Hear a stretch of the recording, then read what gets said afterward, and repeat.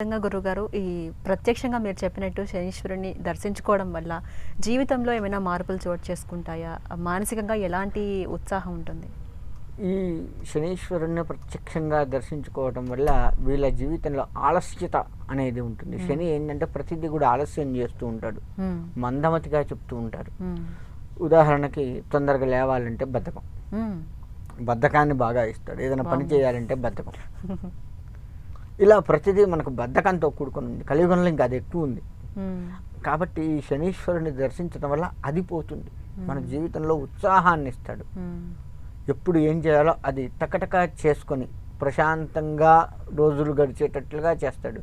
కాబట్టి శనీశ్వరుని దర్శించడం వల్ల ఆ మందమైన బుద్ధి కానీ మనకు లేజీతనం కానీ అన్నీ పోయి ఆ స్వామివారి అనుగ్రహంతో ఏ పని ఎప్పుడు చేయాలో మనకు స్పృహకు వచ్చి ఆ పని చేస్తూ మన జీవితాన్ని సాఫీగా సాగించుకోవచ్చు.